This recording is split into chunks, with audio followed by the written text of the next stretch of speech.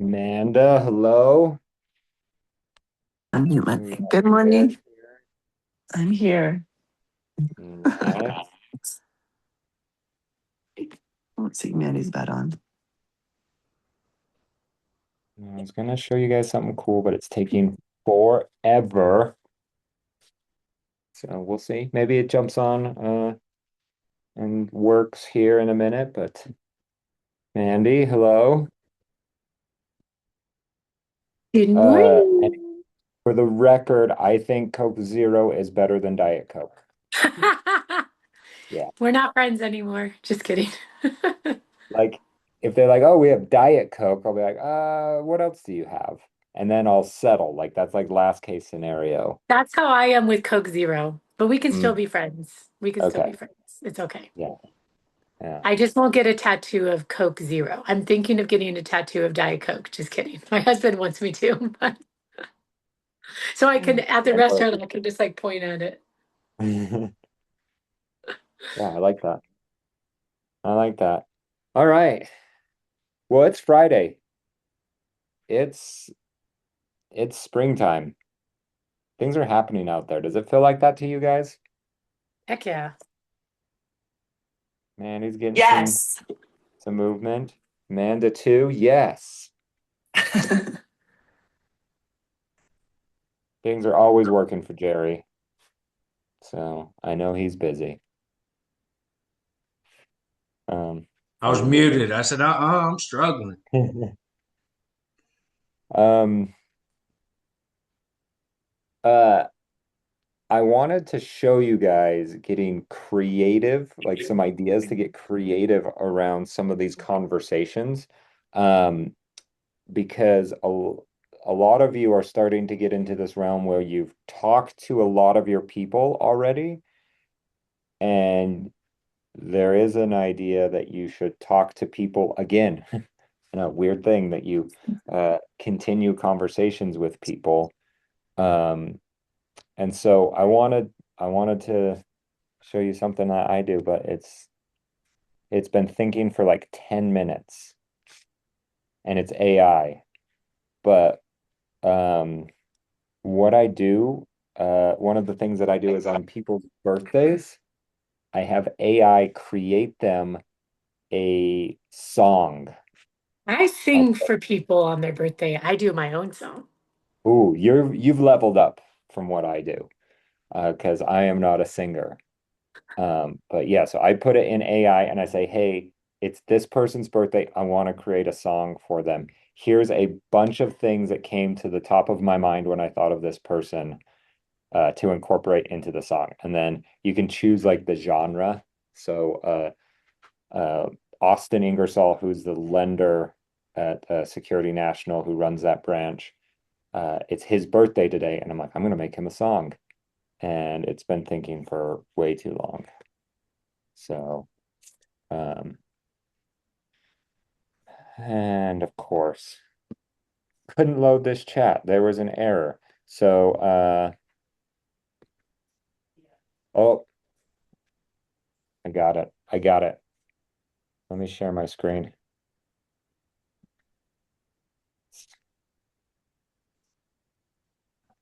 Yeah, another year, another level up. From TC days, I held the file, never hung the line up. Now we running red sign. That's the bottom line, you know. First loan I gave you through my pops, we watched the money grow. Got the whole 18 behind you, that's your legacy. Austin, happy birthday, partner. This is destiny.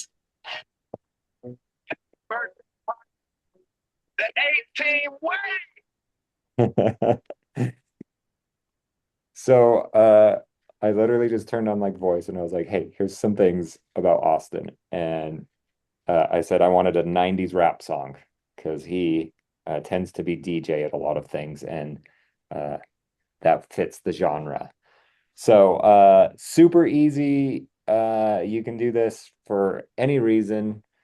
And now I'm just going to text him and it's very different than saying, "Hey, happy birthday, man."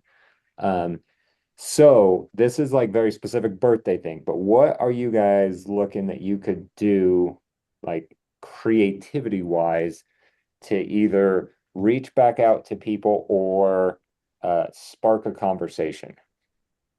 You could And look at them on you can look at them on Facebook and find something new that they've done, like a family trip or family photos or graduation or whatever, and spark up the conversation, being like, "Hey, I saw this happened," or whatever. There could be like a million things, and then just start the conversation that way, like something about their life that you can point out.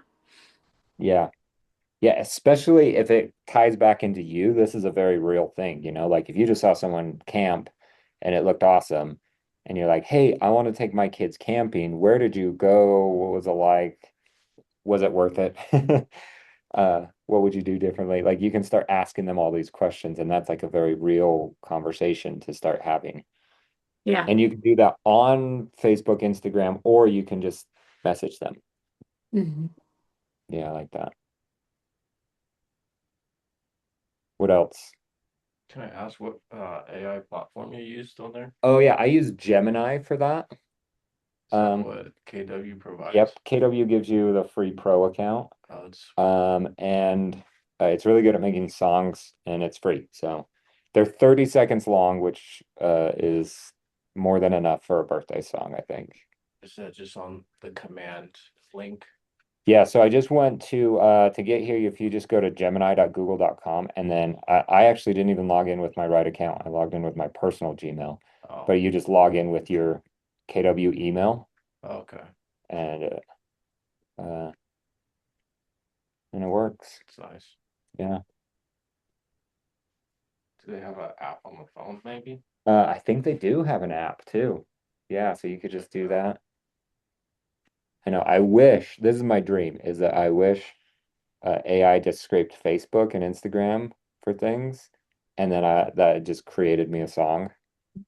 But then it Ooh, that wouldn't would be. Yeah, yeah. It's all about personal, but that definitely builds the relationship. So, what else? How could you reach out to someone you haven't talked to? Make that conversation easy. Reach out to someone that you you've could already. you could say happy summer, and you can say, what are your plans for this summer? You could do Yes. that too. Yes, and that is scalable with any area or timing, right? When kids are going back to school. Yeah, happy back to school. How are you feeling? Yeah, how you feeling that now the kids are all going back? Yeah. Christmas time, like, hey, you have any fun holiday plans? Like, uh, it always works. Well, and Hey, like in January, I always ask yeah, people, what are your biggest goals or dreams for the yep, year? And then if they say they want to buy a house, bada bing, bada boom, you know? yep. In February, you're like, I'm sick of this winter and my kids are all cooped up. What are you doing to stay sane? Like you can make a reason for anything. Um, and so just reaching out. I love it. What other ideas? I mean, if you recently talked to them, I'm guessing most likely it's like, hey, we should try to reconnect. We should grab lunch sometime. So just even though it was maybe a couple weeks ago or a month or two, I mean, just reach back out, be like, hey, sorry, you know, life's been busy, got away from me. I'd love to still, go grab a coffee or go grab some lunch. What time works for you? Just to re-strike a conversation. And then, once you get in person, then you could kind of talk a little bit more, right? Because I Yeah, know a lot of the people I've talked to, they're like, man, haven't seen you in years. I'd love to catch up. We should, get together sometime. I'm like, yeah, let's do it. But everybody's life is busy, right? yeah, Like it's so hard to even go get a coffee with somebody sometimes. So if you did talk about that, then just try to re-engage or just be like, hey, it was great talking to you. I'd love to meet up with you. I'd love to go grab a coffee or, a bite to eat. Let me know when a good time is. yeah. See, I just blame other people. I'm like, hey, we said we'd get together and you never planned us a date. You're the Well, busy one. That's what I yeah, always tell people. You're the busy one. Then they're yeah, like, okay, let's get together tomorrow. Oh, sorry, I'm busy. I can't. busy. I can't. Selling a house that day. Yeah. Hey, side note, Yeah. um, do we have access to other KW offices? Yes. Yes. If you call any KW office and say, hey, I want to like hold a buyer consultation or something, can I reserve a meeting room? Then all of them will say yes. Okay, because on Monday for our closing, Uh, I was just talking with Advantage Title and our Real Advantage. They don't have access to the other offices down here in Salt Lake, and they mm, work in Salt Lake, and so we are going to try to close Monday at 5, uh-huh. but I don't want to make them drive all the way down to our office when they live in Salt Lake. Yep. And Yeah, so so, Google the offices and like wherever on the map makes the most sense. Like there's one off of like 215 in Fort Union. Um, okay, that probably would be the best. I mean, that's okay, super simple for most people, easy to get to, and except for traffic sucks. So yeah, then you okay, can, yeah. And I just called like the receptionist, talk to them to yep, see just be like like, if I hey, I'm need an a agent code or down whatnot. in Orem. Yeah, I'm looking to have an appointment. Can I schedule a room? And then you're not going to Okay, lock me out, right? Usually okay, that's the hard part. It's like, oh, it's Saturday when I'm scheduling an appointment. How do I get into your building? yeah, And so, That's actually a good question. Like, if I ever do come earlier than the doors open at 8 in the morning, mhm. how do I get in? Like, I can't get in. Yes, talk to Marcus and he can set you up with it's called Brevo Pass. Okay. Brivo. Okay. Uh, Because sometimes I come earlier than 8 and no one, I can't get in. So I just sit in my car and do stuff from there. oh yeah, no. Talk to Marcus.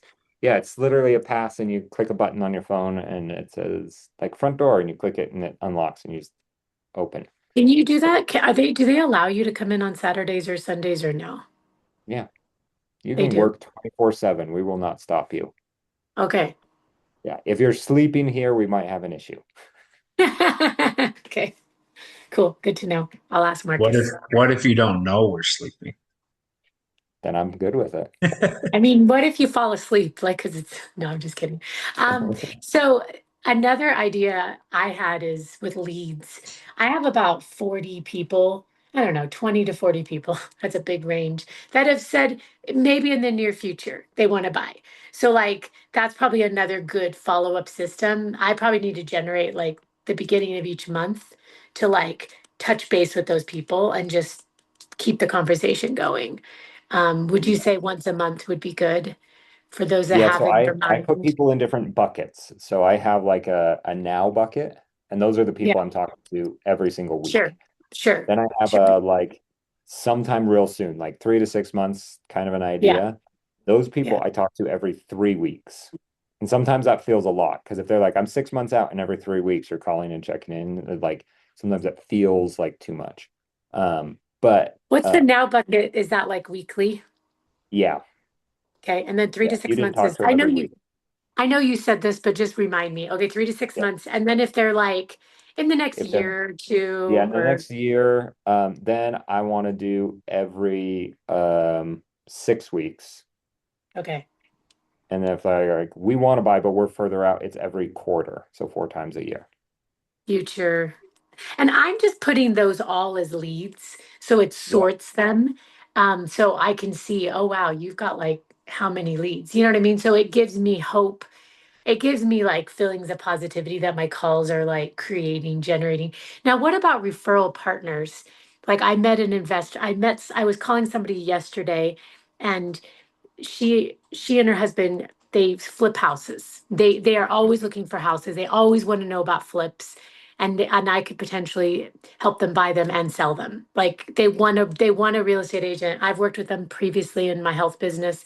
They know I have a strong ethic. So like with those, how would you categorize like that kind of a partnership? Yeah. So I put those people in a very specific tag called like investor or flipper. And Okay. then uh, because of that, now I know I have some people like that. I constantly look for things that might work. Okay. and then never let it go more than a quarter. But the people like that, it's like if you find the house, you're their agent. Yes. So when you find the house, because like I did find the guy that said Tuesday, so I got his number, Spencer. I'm gonna text him today. Um, Mhm. so when you find the house, do you usually send them, what do you send them to like see if they're interested in it? You could be very generic and be like, "Hey, I just found this house. I think it's a deal."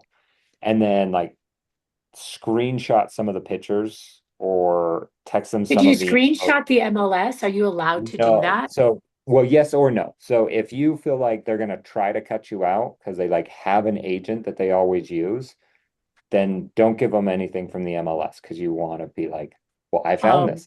Let's work together.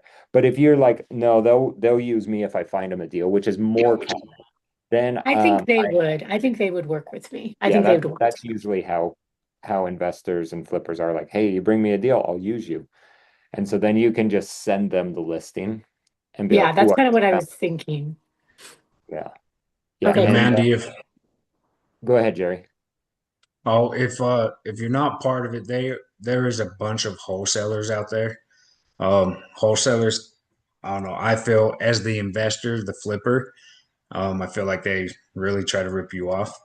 Um, but there are a bunch of wholesalers you could get on their email list, and I mean they will bug you. They will call you every other day. Hey, we just had this new listing come up.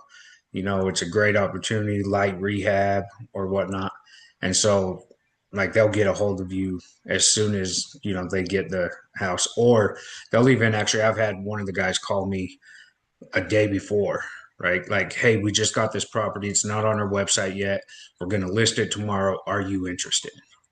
Right. And so they'll try to, give me the info early or, before they list it on their website. But a thing is with the wholesale deals is they have to close quick. So if your investors are like, yeah, I'm interested. I mean, some of them are first come, first serve. Yeah. They put it on their website, and then within 12 hours, they're like, I mean, I've called like, hey, I'd love to come look at this house, and like, because I do all my numbers and checks, and it's a great opportunity. They're like, oh, we already sold it. Yeah. I the people that I talk to, it sounds like they have an investor that jumps on things like really fast if it's a good investment. So Okay. that's good. Well, how do you find that wholesaler's email list? I have a Does it have a bunch I could. name? So there's New Western. That's a really good one. Um, I mean, there's a couple guys. The I'm Joe trying to, one. yeah, Joe. Joe Homebuyer or Yeah, Utah Joe Joe Hire. Homebuyer. Yeah. Yeah. Joe Okay. Homebuyer. There's another one. I'm trying to look for his contact. I mean, I know all the guys' names because they've called me. um, there's this other one. I mean, I just have his number, not his website. Let me go to our messages because it'll have links in there, I'm sure. Yeah, so with these wholesalers, they go find a property. If you don't know how wholesalers work, they make an offer on it, and then they turn around and sell that offer, and they keep whatever is in the middle. So they might find a house that they think should sell for $400,000, and they'll offer 300,000, and the sellers will be desperate enough or whatever, and they'll accept it. Oh, so they win $100,000 And then by they'll come and be like, "Hey, investors, I have this deal at $400,000," yeah. and then Okay. they 100 grand. You never know. So also in these, the commission's not built in. So as you go show them to your investors, it's one of those conversations like, "Hey, yeah, this is 400, and you will have to pay my commission." So we can do it one of Yeah. two ways. You just either pay it up top or we include it in the price. If it's a cash deal, it ends up looking the same to them because Okay. like and it's just like 412 at closing or 400 for the house and 12,000 for the commission. And so you just let Okay. them know like commission's Okay. not built in, the seller will not pay the commission. So that's just going to be on top. One There's thing they another one, said, ABODE home buyers. That's another wholesaler. okay. Um, I could actually, the guy's name is Dallin. If you want to shoot him a text, 801-515-3300. 2036. Would this be something they would already be have access to all these things, or does it have to be a real estate agent? Has to be the middle person for it? Nope. It's What do just you say no to? you just have to go find all of these because there's a whole bunch out there. I get probably 5 or 6 emails a day from wholesalers about a Okay. property that they But have. what I'm saying is, okay, here's my question. This is what they said. I'm hungry to help somebody. So I don't know if this is like a red flag, but they said we've tried to work with real estate agents before, but the thing that they get a lot of pushback that the real estate agents, they want to what is it called when somebody counters the offer, they want to go back and forth a few times, and the real estate agent will be like embarrassed to do that, or they don't want to do that. And I said, well, that's their job to do that. But I was like, is that a red flag that agents, is it because they're trying to find agents that don't really want to do that? They feel like it's more work for them, or Usually someone like that is going that gets that feedback is giving low ball offers. yeah, Listed for 500, we're going to offer 380. yeah, And they're just hoping for someone that's desperate enough. yeah, Um, which the better way to find someone that is to do a better deal is to like, right? So you have like the MLS on one side, then you have wholesalers, but the wholesalers, they have just gone out and found the sellers that are in trouble, and then they're going to wholesale it. We put it on the MLS to try to get them more money. If you can find a property that someone's looking to sell and is in need, that's a great, like, let's pass that to a flipper. But you don't have to just pass it to anyone. You could pass it to a handful of people and almost be like a wholesaler. So every time that you find a listing, your first thought in your mind should be, could I buy this and does it make sense for me? You know, Jerry flips houses, and so that's his first thought with everything. You all should have that same thought, even if you're not ready. Because if you found like the most incredible deal ever, and then you go call someone that has some money and you say, I want to partner with you, like you could potentially flip a house yourself or own an investment property or something. And so your number one thought should be like, could I buy this? The second thought is, who do I know that should buy this? And then the third is, should I list this on the open market? And that's kind of the hierarchy of every time that you have a listing. Because if you can flip a property that makes sense to flip, you might make way more money. If you can sell it to someone that you already know, then you can collect an outsized commission because you could tell sellers like, hey, 3% for me as a listing agent, but if I have an unrepresented buyer, you're going to pay me 4.5 or 5 or 6% or something like that. And so then you can, it's not double siding it, but you already have a buyer lined up. So you can collect that unrepresented buyer commission as well. And then the worst case, you put it on the market and you sell it on the open market like normal. cool. Thank you. And Mandy, I also have like a calculator.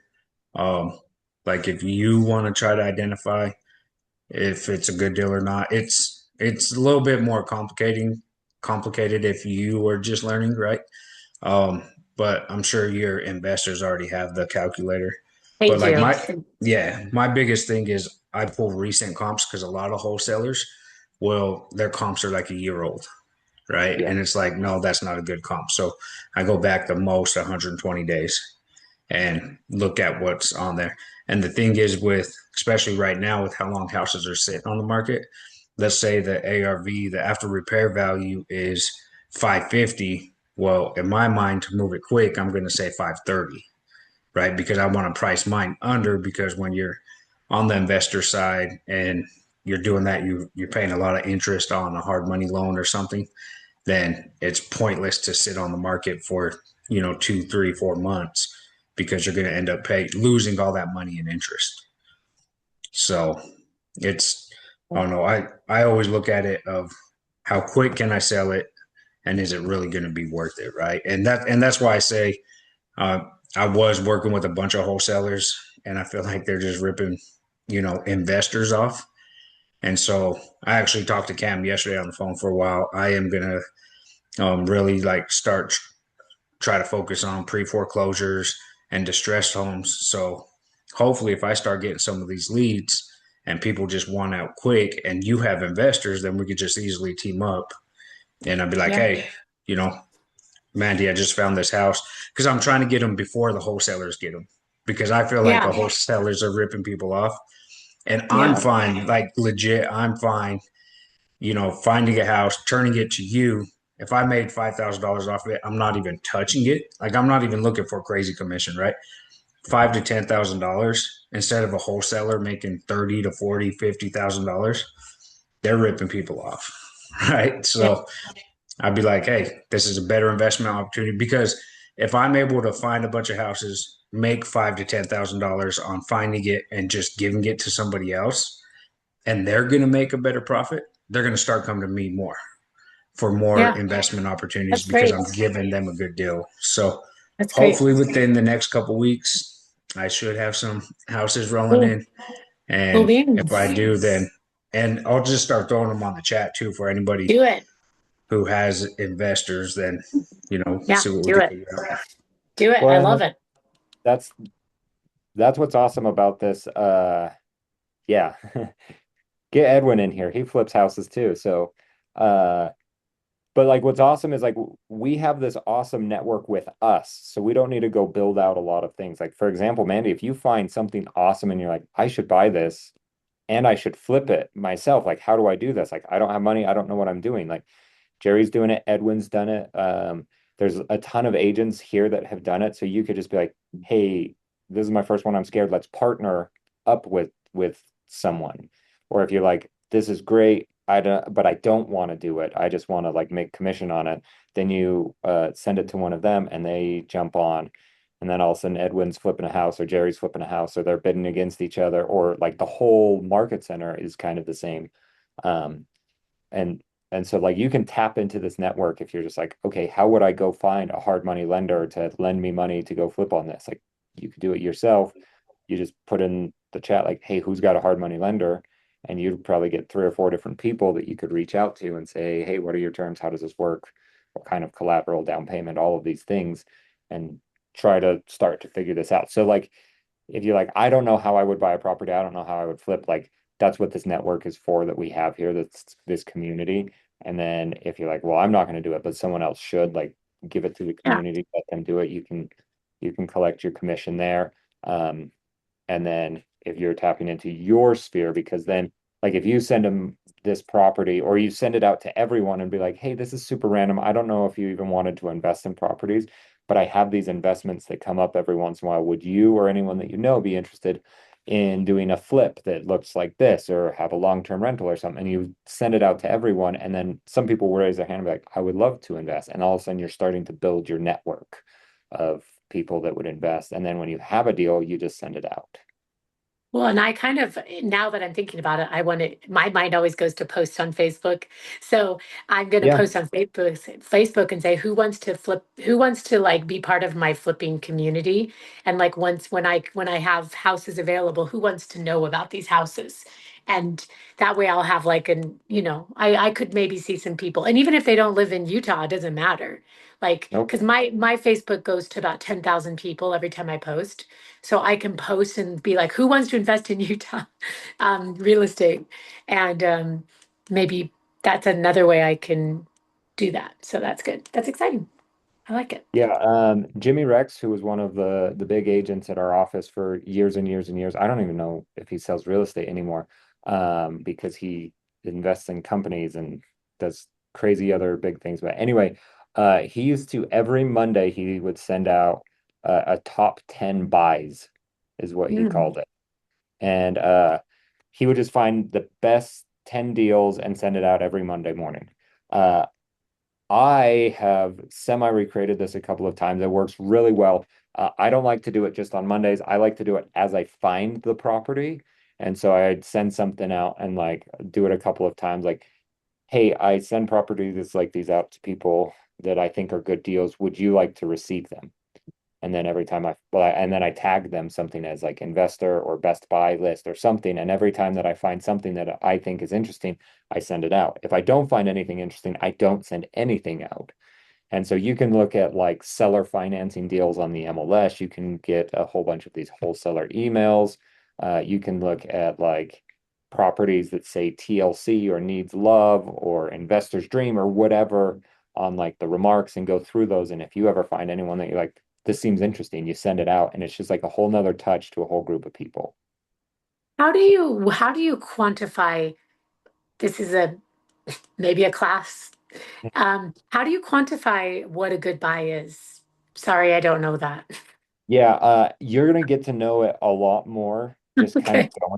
going. Because as you get to know the market, you're gonna be like, okay, well, like a vineyard condo is maybe 400. I'm making that up. I don't know if that's true, but like let's say it was true. And then all of a sudden you get this random alert that a vineyard condo is on the market for 350 at seller financing. You're like, oh, wait, okay, this one is very different because it's 50 grand lower than the rest and seller financing. Like this seems like the best deal. And you'll start to kind of know these things. And then we can definitely do classes and things of how it looks like to flip and Okay. invest and Okay. things like that. So how to identify some of those. But yeah, that is a bigger topic. Okay, cool. So okay, go make some phone calls. Go crush today. We didn't look at the numbers, but Rachel's winning. So someone go dethrone Rachel with conversations. Um, and have a great one. And if I don't see you today, have a great weekend too. See you guys. Thanks. Later. Bye.